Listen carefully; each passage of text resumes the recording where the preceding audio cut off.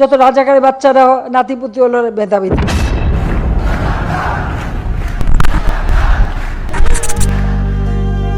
আমরা এক দফার সিদ্ধান্তে উপনীত হয়েছি।